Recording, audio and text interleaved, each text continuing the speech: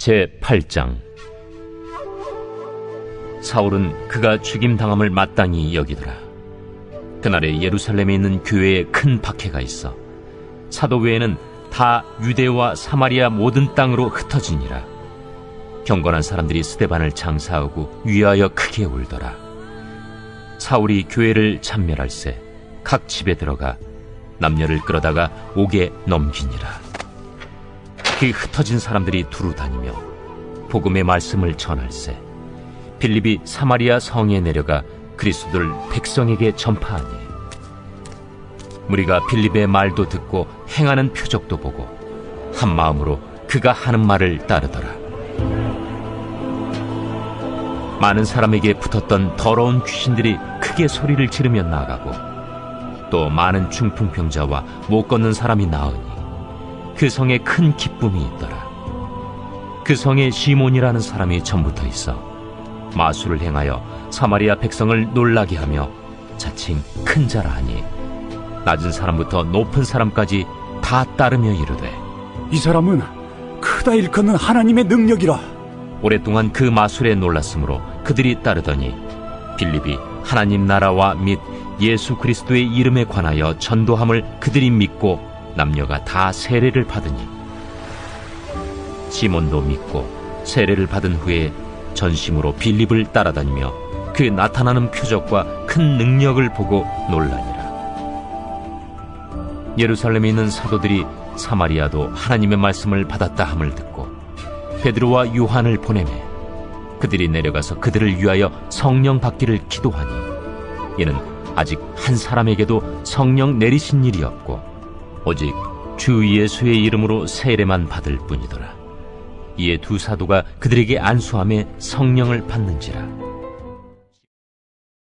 사도행전이라고 하는 책은 크게 세 부류로 나눌 수 있다고 하죠. 사도행전 1장부터 7장까지의 내용은 사도들을 통한 또 제자 공동체를 통한 성령의 기름 부으심으로 태어난 교회의 역사에 관해서 잘 설명해 주고 있는 내용을 주로 다루고 있습니다. 그리고 8장부터 12장까지의 내용은 그런 탄생된 교회 안에 일어난 박해, 그리고 그 박해를 대면하고 있는 교회 성도들의 삶의 태도를 또한 설명해 주고 있습니다. 그리고 기독교가 이제 예루살렘을 넘어서 이방 땅에 전하여지기까지 하나님의 손이 어떻게 역사하고 계시고 그래서 복음이 어떻게 확장되는지를 잘 보여주는 내용을 담고 있습니다. 그리고 13장부터 28장까지의 내용은 하나님께서 그렇게 흩으신 성도들과 또 제자 그룹들을 통하여서 이방 땅에 어떤 하나님의 응답의 역사와 또 열매들로 아름다운 믿음의 공동체가 태어났는지에 관한 여러 내용들을 또 기록하고 있습니다. 사도행전은 그와 같은 성령의 역사하심을 통하여 교회의 탄생, 그리고 복음의 확장, 성령의 열매, 이런 것들을 우리에게 잘 보여주고 있죠. 근데 이와 같이 1장부터 7장까지 전개되었던 교회 역사를 통한 하나님의 역사에서 오늘 우리가 읽은 8장의 내용을 넘어가기 전에 반드시 꼭 생각해야 될 한 가지 사실이 있습니다. 7장 제일 마지막 부분에 스데반 집사가 어떻게 죽임을 당하죠? 돌에 맞아 죽임을 당하는 장면의 말씀이 기록되어져 있습니다. 무엇이 교회 역사와 함께 시작되었다는 것을 알리는 신호탄일까요? 순교입니다. 교회 역사가 이렇게 시작되었는데 그 교회 역사는 무엇과 더불어 지금 열매를 향해 나아가고 있다. 순교와 함께, 고난과 함께 교회 역사는 시작되었다는 사실을 분명히 말씀하고 있습니다. 순교자라고 우리는 보통 이야기합니다. 근데 순교자라고 하는 말의 정확한 뜻은 무엇과 동일어이냐면 증인이라고 하는 말과 동일한 의미를 갖는다고 합니다. 그러니까 어떻게 순교자하고 증인하고 같은 의미를 가질까 우리가 생각해 볼 수 있지 않습니까? 순교자는 그야말로 복음을 전하다가 죽임을 당한 사람이 순교자이고 증인은 복음을 전하는 어떤 사람을 가리켜 증인이라고 말하는데 이게 같다는 의미는 어떤 것을 내포하고 있을까요? 증인은 결국 복음을 전하는 그 사역을 감당하기 위해서 무엇을 그 마음 가운데 늘 염두에 두고 살아야 한다는 것입니까? 순교자적인 삶의 태도를 늘 마음 가운데 담고 살아야 한다는 것입니다. 때문에 그 마음과 그 중심에는 늘 진리를 선포하고 또 가르치는 사명을 위해서 내 생명까지라도 주님께 내어드립니다의 고백을 포함하고 있다고 볼 수 있겠죠. 사실 이것을 삶으로 증명하신 분이 예수 그리스도이십니다.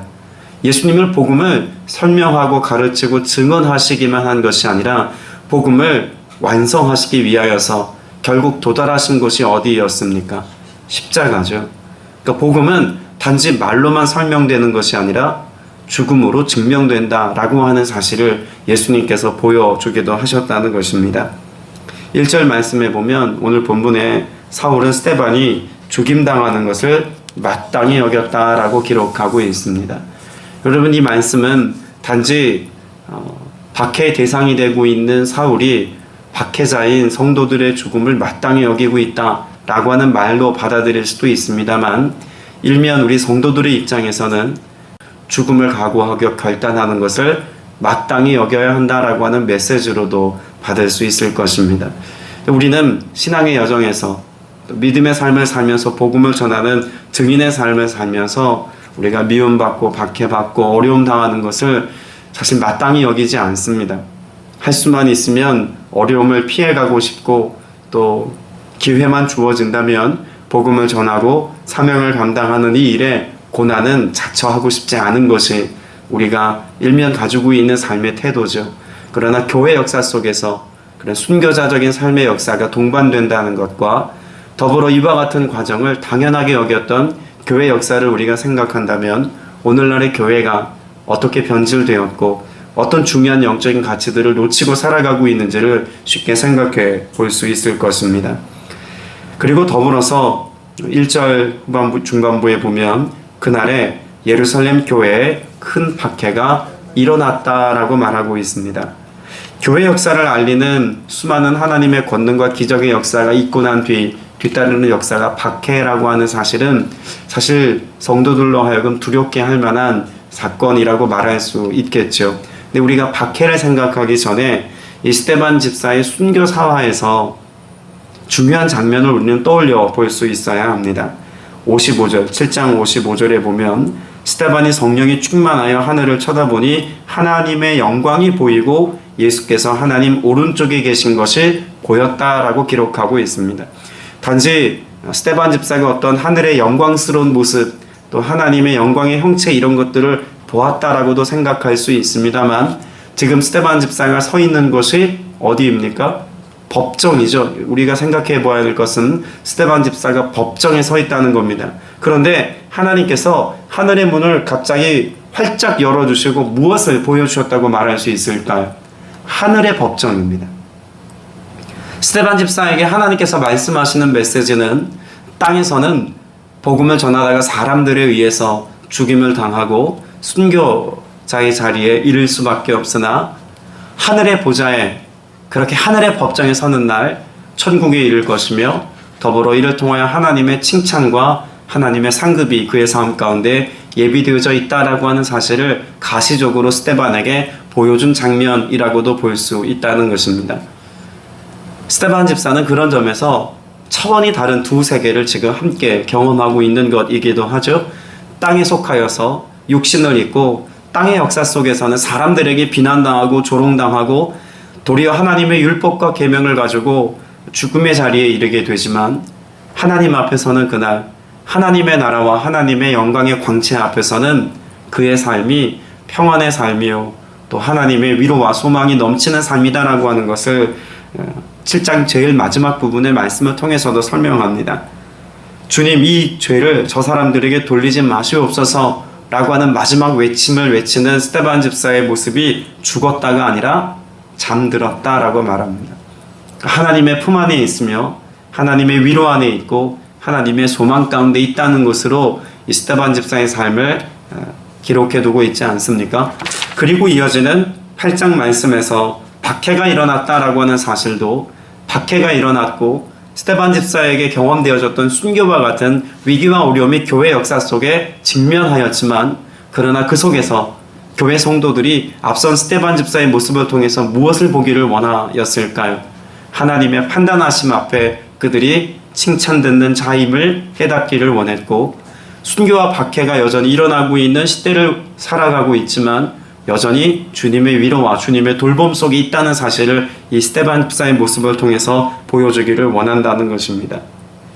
사실 3절 말씀에 기록되어져 있는 사울의 모습을 보면 교회를 향한 박해가 그렇게 우리가 생각하는 어렵게 하고 또 잡아다가 감옥에 가두고 뭐 이런 일들에 대한 조금의 어려움 정도를 생각할지도 모릅니다.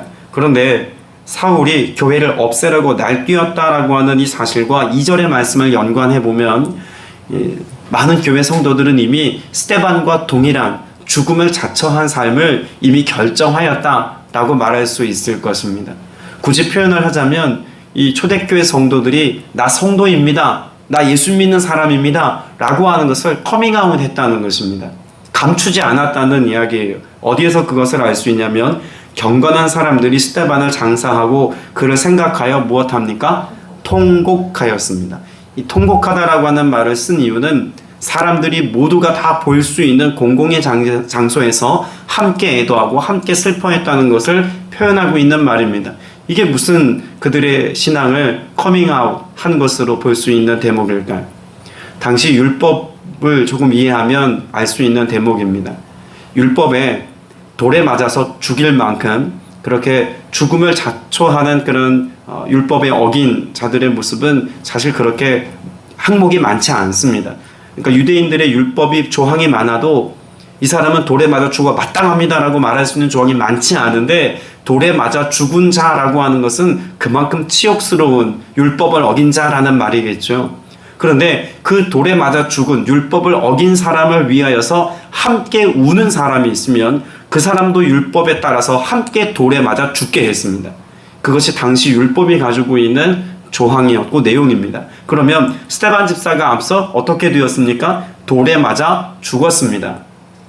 교회 입장에서 보자면 순교지만 유대인의 입장에서 보면 율법을 어긴 자의 저주스러운 죽음일 수밖에 없는 겁니다. 그러면 그런 스데반 집사의 죽음을 애도하고 공개적으로 장례를 치르고 운다는 이야기는 무엇 했다는 이야기입니까? 교회 성도가 죽어도 스데반 집사의 죽음 앞에서 우리가 함께 애도함을 통해서 더 이상 우리도 그리스도인이다라고 하는 사실을 감추는 자로 살지 않겠다라고 하는 성도들의 결연한 믿음의 태도와 선포가 포함되어져 있다는 것을 분명히 알 수 있다는 거죠. 때문에 그와 같은 성도들의 커밍아웃이 있었기 때문에 사울은 교회를 향해서 무엇합니까? 그들을 없애기 위해 날뛰었습니다. 그리고 날뛰기만 한 게 아니라 집집마다 찾아 들어가서 라고 말하고 있죠.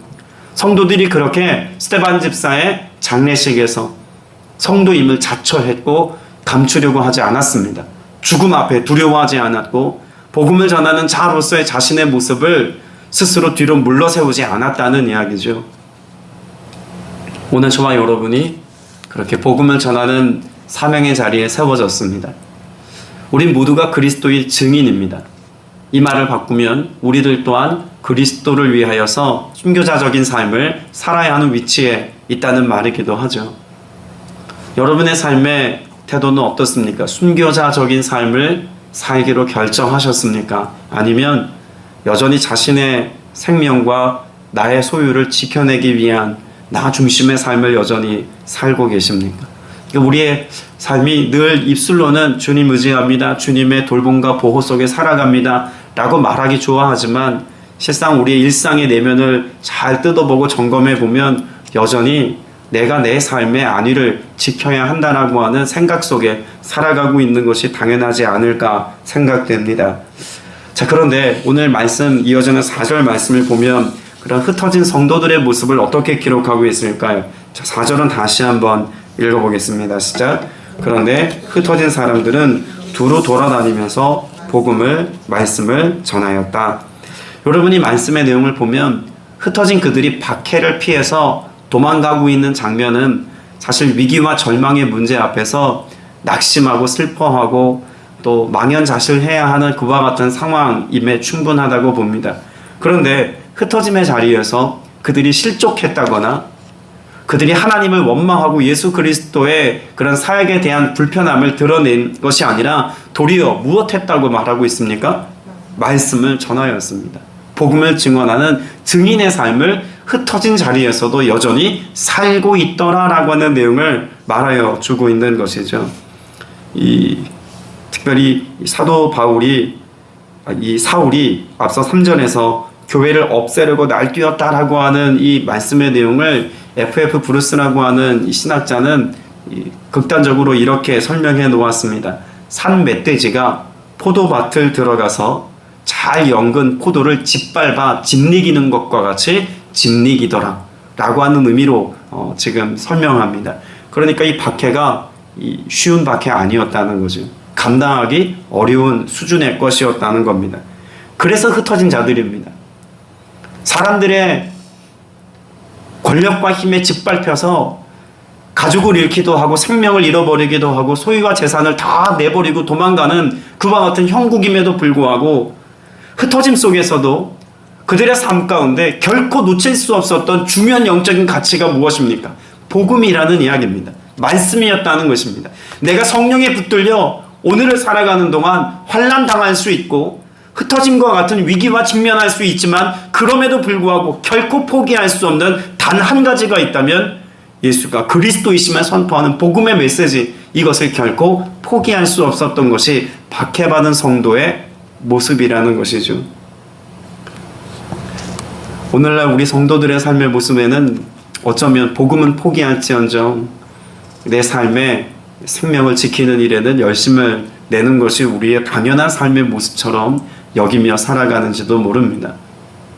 그게 더 합리적이고 더 이성적이고 더 지적이다라고 말할 수 있는 모습이기까지 하지 않습니까?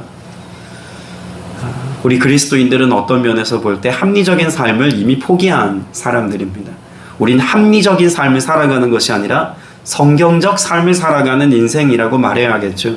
성경은 우리에게 이 땅에서의 안위나 이 땅에서의 형통만을 보장하지 않습니다. 우리가 형통이라고 말하는 그것도 행복이라고 하는 그것도 결국 어디에서 의미 있는 것입니까? 예수 그리스도와의 관계 안에서 의미 있는 것입니다. 예수 그리스도의 관계를 깨뜨리고라도 내 안위를 지키겠다고 말한다면 그것이 우리의 삶의 경건과 거룩, 또 하나님의 온전한 백성으로서의 삶의 모습이다라고 말할 수 있겠습니까? 오늘 저와 여러분 모두가 그렇게 주님의 생명 가지고 또 복음의 증인되어 오늘을 살면서 세상의 가치를 우리의 삶의 중심에 둔 인생이 아니라 예수 그리스도를 여러분 삶의 중심에 두어서 그 무엇보다도 주님을 기쁘시게 하고 또 복음을 증언하는 증인으로서의 삶, 순교자적인 삶을 오늘도 우리의 가정과 삶의 현장에서 살아갈 수 있기를 주님의 이름으로 축복합니다. 그렇게 복음을 전하는 사람들 가운데 특별히 오늘 본문에 한 사람을 주목하죠. 빌립이라고 하는 사람입니다. 그 역시도 집사였습니다. 그런데 5절과 6절 말씀에 보면 빌립은 사마리아 성에 내려갔습니다.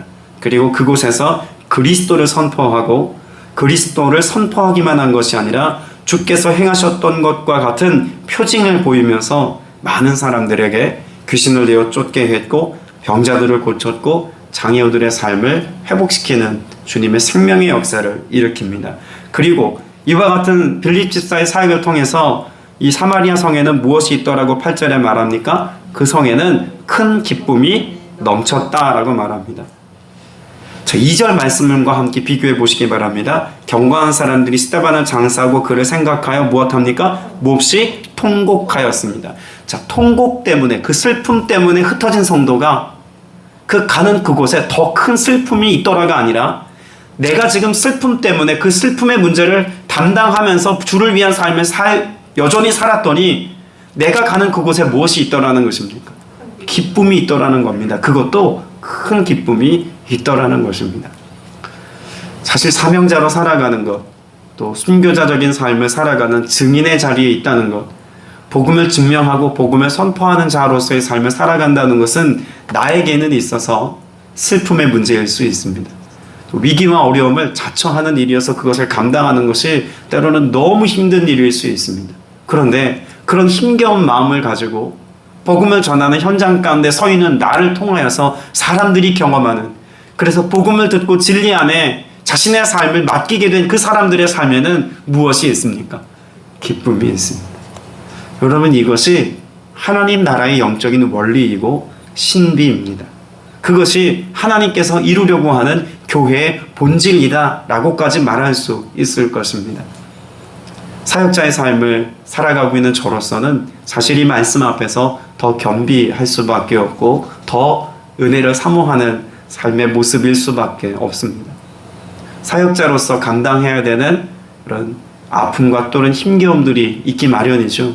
그런데 그것을 재료 삼아서 그것을 통하여서 결국 하나님이 이 교회 공동체 안에 모여든 하나님의 거룩한 성도들을 위로하는 재료로 삼고 또 하나님의 능력을 나타내는 통로로서의 역할을 하게 하신다면 기꺼이 사역자가 감당해야 하는 고통과 또 위기와 슬픔의 문제는 온전히 주님께 맡겨드리더라도 기꺼이 우리가 감당해야 되는 삶의 모습이라는 것이죠. 그리고 이와 같은 그 기쁨을 전하는 자의 삶 가운데는 무엇보다도 무엇이 있더라는 것을 분명히 밝히고 있을까요? 성령께서 함께 하시더라 라고 하는 것입니다. 15절 말씀에 보면 그렇게 빌립 집사가 사역하고 있는 사역의 현장 가운데 예루살렘에서 사도들이 와서 사람들을 위하여 기도해 주지 않습니까? 자, 15절 말씀 같이 한번 읽어보겠습니다. 두 사람은 내려가서 사마리아 사람들이 성령을 받을 수 있게 하려고 그들을 위하여 기도하였다. 자, 우리 8절 말씀에서 큰 기쁨이 있더라는 것을 보지 않았습니까? 기쁨이 있지만 그 큰 기쁨이 있지만 그럼에도 불구하고 부족한 부분이 있더라는 것입니다. 기쁨을 누리는 것 이것은 시간이 지나면 잊혀지는 것입니다. 이런 기쁨은 질병의 문제가 해결되어지고 현실의 문제가 어제보다 조금 나아지는 것은 또다시 슬픔의 문제만 찾아오면 근본적인 기쁨은 그 마음 가운데서 언제든지 사라질 수 있는 것이라는 겁니다. 그런데 오늘 사도들이 손을 얹어 기도할 때 성령이 그들 위에 임하시더라라고 하는 사건은 무엇을 우리에게 말해주고 있는 걸까요? 빼앗길 수 없는 기쁨입니다. 잠깐의 회복의 즐거움이 아니라 존재적인 회복이요, 영원한 치유요, 또 우리의 삶의 근본을 바꾸어놓는 그런 혁명과도 같은 개혁과 변화를 각각의 개인의 삶 가운데 이루시는 하나님 나라 역사라는 것입니다. 송두리째 바꿔놓는 것이죠. 단지 환자에서 정상인으로 바뀌어지는 치유의 역사 정도가 아니라 죄악된 세상에서 거룩한 하나님의 나라 백성으로서의 삶을 온전히 살아갈 수 있는 능력이 부여되어지는 전인적인 회복의 역사가 사도들을 통하여서 그들의 삶 가운데 성령의 임하심을 통하여 나타나더라는 것입니다. 성령께서 우리에게 임하심의 사건, 우리가 힘겨움의 때나 큰 기쁨의 때나 어느 때라도 사모해야 할 것이 있다면 내가 오늘 성령으로 세례받고 충만해서 그렇게 복음에 합당한 자로서의 삶을 살아갈 수 있도록 기도하고 간구하는 것 아니겠습니까? 오늘 저와 여러분 모두가 그렇게 기도하고 간구할 때 성령의 사람이 되고 누군가를 위하여 기도할 때 성령의 역사하심이 나타나는 은혜의 현장 가운데 서 있게 되시기를 주님의 이름으로 축복합니다.